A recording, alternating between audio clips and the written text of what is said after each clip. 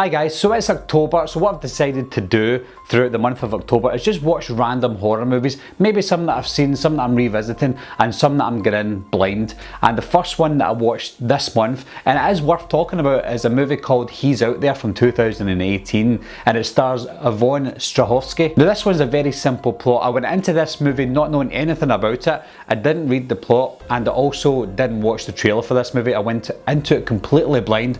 The one thing that made me want to watch it was the lead actress, Yvonne Strahovski. I think she's a really good actress, and this image here is what made me want to watch the movie. So it's basically a simple premise. It's about a woman and her two daughters who go to a cabin by the lake in the woods, secluded for the weekend, and their husband, or her husband, is going to meet them later on during the night. That's the premise of the movie, but there is something in the woods, we don't know who it is or what it is that's in the woods, that's after them, and the person that's after them is playing tricks on them, and that's it. That's what the movie's about. Now it does feel like a little bit like Halloween, mixed in with maybe The Strangers from 2008. It's got those kind of vibes to it. So it's not an original movie at all. The storyline's very simple and very basic, but what makes this movie stand out is the performance by Yvonne Strahovski and the little girls as well. Something I found odd about the direction of this film was it's directed by someone called Quinn Lasher. He's not directed anything before.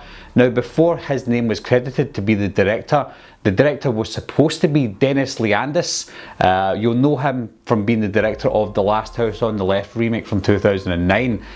I don't know if there was maybe production issues, or maybe he directed the movie himself and they watched it back and it didn't get good reviews, because the movie was supposed to get a theatrical release and it eventually didn't get one. It was just video on demand or Amazon Prime. So it's as if he's distanced himself from the project altogether. So I'm not quite sure who directed it. Was it Dennis Leandis or was it Quinn Lasher? Now straight off the bat, getting into this film, when you watch the quality of the film, it's a very, not bad quality, but it's not a theatrical Hollywood style movie. It looks very independent, very independently shot, but what I do like about it is the way that the camera moves around, the way we see the woods, the isolation, the lake, and we get nice pans overhead of the woods. It shows us how isolated the family actually is. So I think the direction was pretty good. That's why I'm starting to think it's not Quinn Lasher that directed the movie. I'm beginning to think, yes, it's probably Dennis Leandis who directed the whole thing. Now like I said, the acting in this film was pretty good. In fact, it was very good, especially from Yvonne Strahovski.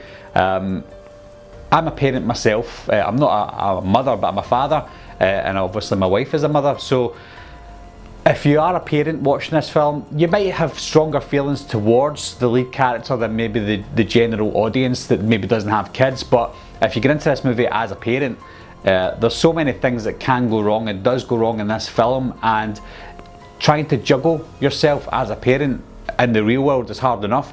But what she has to do in this film, I won't spoil anything, is not only does she have to be a parent, she has to be a strong parent, and she also has to hide some things from her kids. One of her kids is not well in the film, and the other kid is just very scared. And she's having to try and divide herself between the two of those children at the same time, as well as try and fend off anything that's out there as well. So it's quite tense at moments. There is a point in the film, again it's no spoilers, where she goes out with her kids. Eventually she gets the two of them out and they get into the car. Something really bad happens and they have to leave the car, go back into the house again. Some of the moments in this film are pretty tense, and some of the moments that I'm talking about make this movie worthwhile. Now if we move on to the killer in this film, we don't have a backstory in the killer. We kind of get hints of who the person is, but we don't get told why the person's doing what they're doing, why they're wearing the mask. It reminds me of Michael Myers without the kind of child backstory, but we don't really see their face, we don't know why they're doing it, and there's not much talking by the killer in this film. So I do like that aspect. I think for the style of movie that it is, maybe we should have seen a little bit more backstory with the killer. But it was effective for me. I didn't really mind that because it is a kind of independent style movie. But overall guys, I think it was a really solid movie. And for a movie that I never heard of, never saw the trailer for, and never read about, I was pleasantly surprised. So I would recommend watching this, especially around Halloween time. So if you guys seen this movie, if you have, leave a comment down below. Let me know what you thought of the movie. And thanks a lot for watching again. Thanks for subscribing, and I'll see you soon. Bye bye.